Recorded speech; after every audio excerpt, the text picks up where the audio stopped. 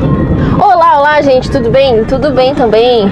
Hoje o vídeo é sobre o sono infantil, os erros que cometemos sem querer, é lógico, os erros mais comuns entre os pais cometerem sobre o sono dos filhos. Problemas com o sono infantil, não só infantil como no adulto, não é só insônia, tá? Muitos acham que sim, mas não é só insônia.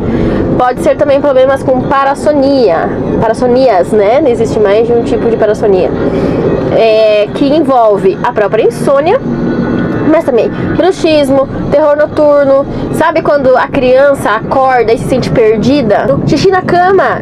Muita gente acha que a criança tem incontinência, tá? Dependendo do caso, sim, claro que é, né? Mas também é um tipo de parassonia, porque é uma alteração no sono. Falando de xixi na cama, também aproveitar, muitas crianças fazem xixi na cama porque tem intestino preso. Então, se sua criança está com o intestino preso, provavelmente ela vai fazer xixi na cama nessa noite. Mas enfim, voltando para problemas de sono. Terror noturno, para quem nunca ouviu falar ou nem sabe que a criança tem, é o seguinte: sabe quando a criança está dormindo, né? Você sabe que ela está dormindo, mas ela pode estar de olho aberto ou fechado, também pode ser qualquer dos dois. E ela está chorando muito, como se ela tivesse desconectada do corpo ou vendo coisas. É uma sensação horrorosa. Meu filho já teve uma vez, eu quase morri do coração, eu achei que estava vendo espírito. Olha o nível que chegou, gente, eu tenho muito medo. Então eu fiquei assim, em pânico. Aí pode ser grave a esse ponto, né? Ele ficou com o olho estralado, sentado no berço e vendo, e por mais que eu mudava ele de posição, ele tava ali com o olho estralado, aberto. Nossa, horrível. Mas também pode ser quando a criança tá de olho fechado ainda, ou de olho aberto, e não tem noção de onde ela tá. Tudo isso são problemas de sono. Dificuldade para iniciar o sono, dificuldade para manter o sono, agitação, sabe, as pernas inquietas, que você vê a criança se mexendo, se batendo, ela tem dificuldade para começar o sono, ela fica agitada e fala e mexe e come unha, né, a criança se come unha.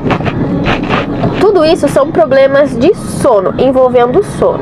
Então muita gente acha que problema de sono é só da criança não dormir, tá? Mas não é só isso. Porque imagine só, uma criança que tem dificuldade para iniciar o sono, ou que acorda várias vezes à noite, ou que tem essas crises, né, de acordar, ou de fazer xixi, ou de chorar, ela não consegue descansar completamente, né? Se um adulto que às vezes levanta 3, 4 vezes para fazer xixi de noite, né, já não tem um sono reparador, a criança também não vai ter, né? Uma criança que precisa, que fica acordando, que fica chorando, então ela também não vai ter o sono reparador. E eu estou cansada hoje porque eu estou agitada, falando rápido, mas o meu nariz está trancado, então hoje tá difícil isso aqui. Por isso que eu resolvi gravar agora, aproveitar essa minha animação, essa agitação, porque eu não gosto de gravar vídeo quando eu tô lenta, porque minha cabeça não funciona e meu vídeo fica muito assim. Então, bora arrepiar. Tô chegando em casa daqui a pouco, daí a gente muda o cenário. Mas vamos lá, então, tudo isso são problemas de sono, e conforme eu for lembrando de mais coisas eu vou falando pro caminho, tá bom? Então, crianças que têm pesadelo, assim, meio direto também, adultos também, né, gente? Também é um tipo de parassonia. Primeiro erro, quando eu digo erro, gente, não vão levar a mal. Nossa, como eu sou errada, ela tá me acusando. Não, gente, eu sou mãe também, tá? Então, todos nós erramos, são erros comuns. E são erros sem maldade, lógico, porque quem quer ver mal do filho? Ninguém. Então, na verdade são falhas, né? Digamos assim, são falhas que cometemos pela falta de conhecimento, porque são coisas que a gente não aprendeu na escola, que a gente não aprendeu em lugar nenhum, a gente não faz curso de maternidade ou de paternidade, né? Seria bom se tivesse, porque com certeza eu faria, porque, gente, eu me lasquei tanto, principalmente com o meu primeiro filho, não que com o segundo não tenha me lascado também, mas o primeiro, gente, mas eu sofri tanto com esse tipo de coisa, com alergia, com falta de sono, com choradeira, gente do céu. Mas enfim, primeira coisa, dormir com fome. Exatamente, gente, essa é a primeira coisa que acontece, tá? Mas jantou bem, mas às vezes jantou bem 6 horas da tarde e a criança vai dormir às 9, às 10. Então, ela está com fome, por mais que esteja às vezes com a barriguinha cheia, mas às vezes é cheia de outra coisa, né? Não de nutrientes necessários para produzir hormônios do sono, né? Produzir hormônios que mantenham o sono ali equilibrado. Então, quando eu digo fome, pode ser fome, né? Fome de barriga vazia. Então o cérebro vai ficar mandando mensagem. Acorda, você tem que comer, sua energia tá baixa, a quantidade de glicose no seu sangue tá baixo, bora comer. Então a criança tem aqueles picos de acordar e se bater por causa disso. Então, sempre dê uma jantinha, comida, né? Se for possível, né? O ideal é alimentação, comida de verdade, tá? Depois, não tem problema comer uma fruta. Banana, principalmente, banana com aveia é excelente pra criança dormir bem. Não só criança, como adulto também. Tudo que eu falar aqui pra criança, gente, pode levar sim pro lado do adulto também, porque é igual, né? A diferença é que o adulto é um ser humanão e a criança é um ser humaninho, mas a base, a essência dos dois são iguais. Nossa, tem um jaguarzão na minha frente, né? Chique. Enfim, né? E falta de nutrientes também. E, por exemplo, assim, tudo isso reflete também na alimentação durante o dia. Se você, né, acabou dando porcariada demais pra criança, não é proibido, gente, mas todo excesso faz mal. Excesso de doce, excesso de carboidrato simples, excesso de coisa com corante, industrializado, refrigerante, todas essas coisas nada aí, meu povo, dá um efeito rebote de noite, dá um baita de um reflexo negativo de noite. Então, se a criança comeu doce o dia inteiro, bolacha recheada, bolachinha com sal, só caloria vazia, digamos assim, né? Tudo alimento sem nutrientes, e certos alimentos também retiram os nutrientes do nosso corpo. Por exemplo, um corante, né?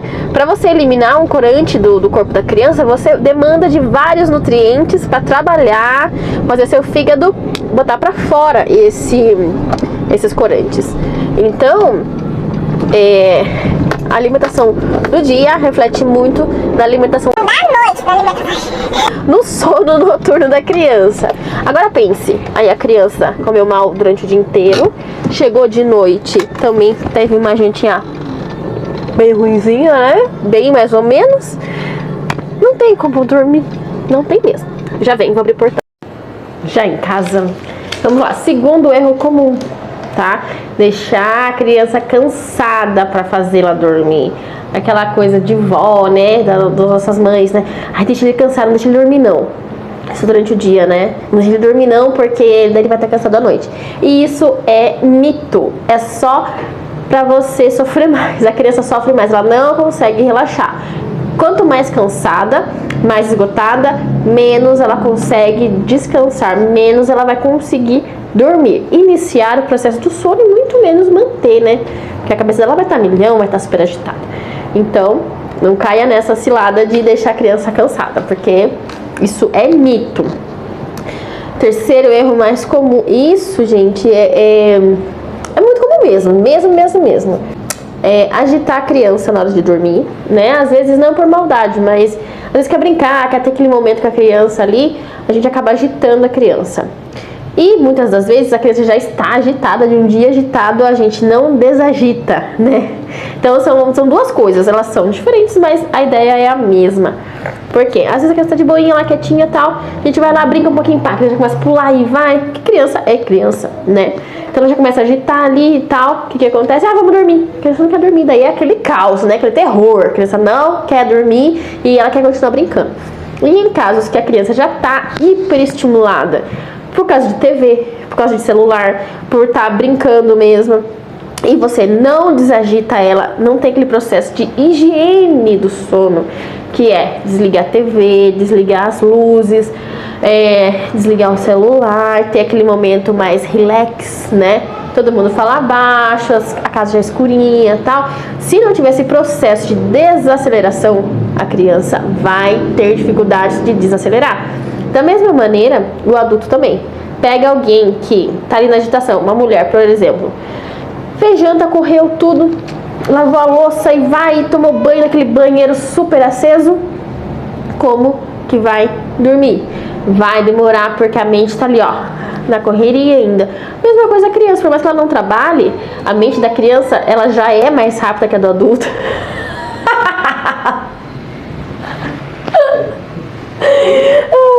É mais rápida que a do adulto. Então, mesmo que não faça nada, mas ela tá naquele processo de aprendizagem, então tudo ela quer aprender, quer absorver, então já é acelerado o processo, né? Já vive naquela aceleração. Então, se você não desacelera, não tem aquele momento, aquela rotina de relaxamento, a criança não consegue sozinha fazer isso, porque ela ainda não tem esse conhecimento, ela não tem essa maturidade de relaxar sozinha, de aprender. Se ela não for ensinada, né, a ter esse momento relax, não adianta, ela vai continuar hiperestimulada e não vai conseguir dormir.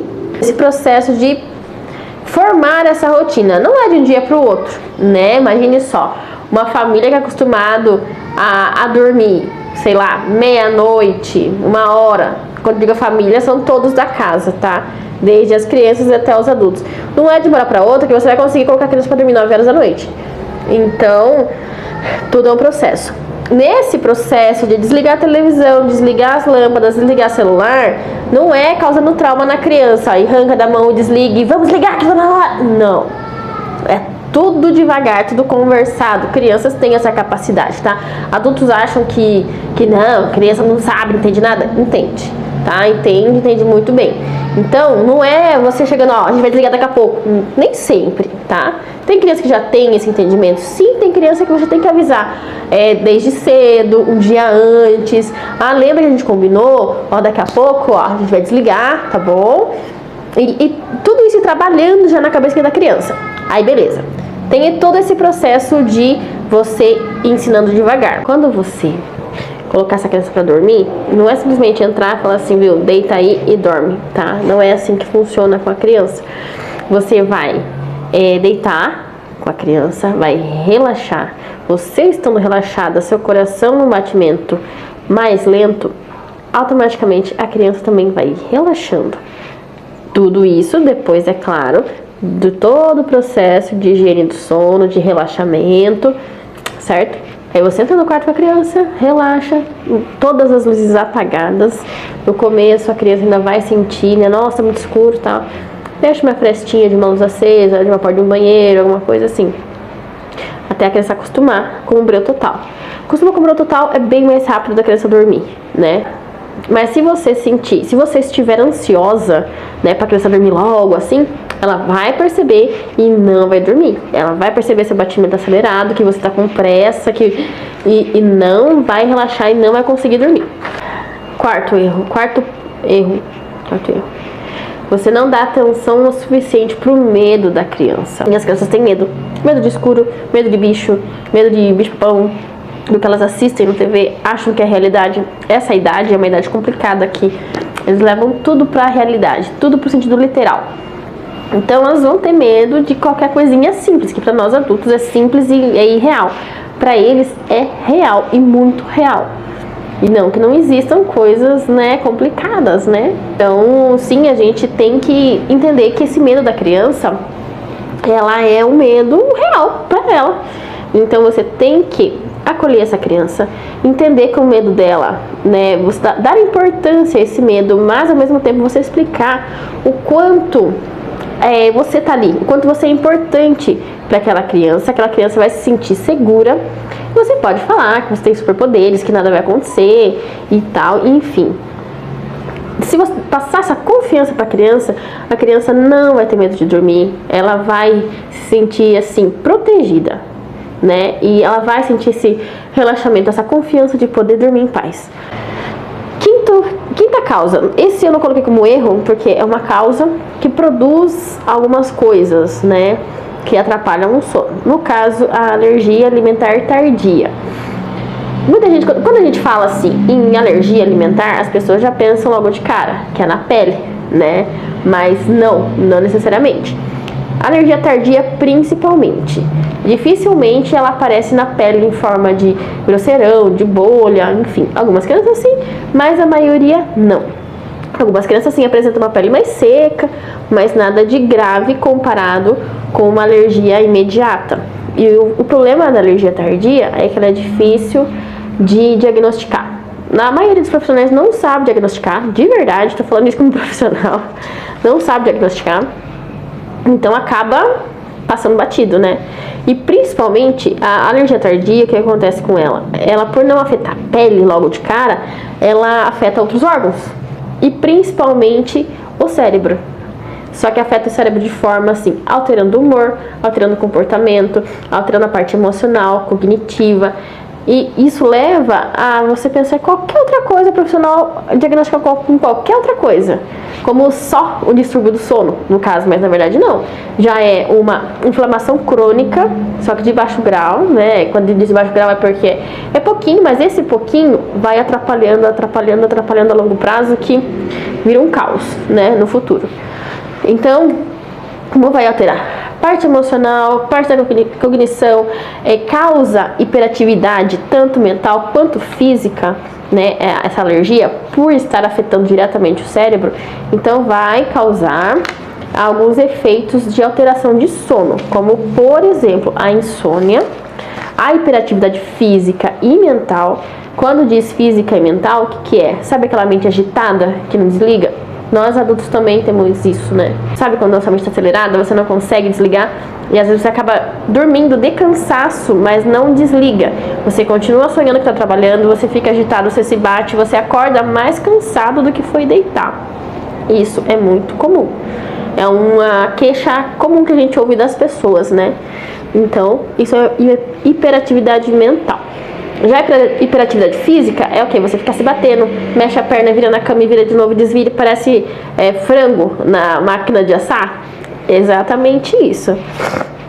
Falar dormindo, andar, né, dormindo, né, sonambulismo, terror noturno, né, que eu já comentei antes, a insônia, o terror noturno, a hiperatividade, fazer xixi na cama, também já comentei a respeito.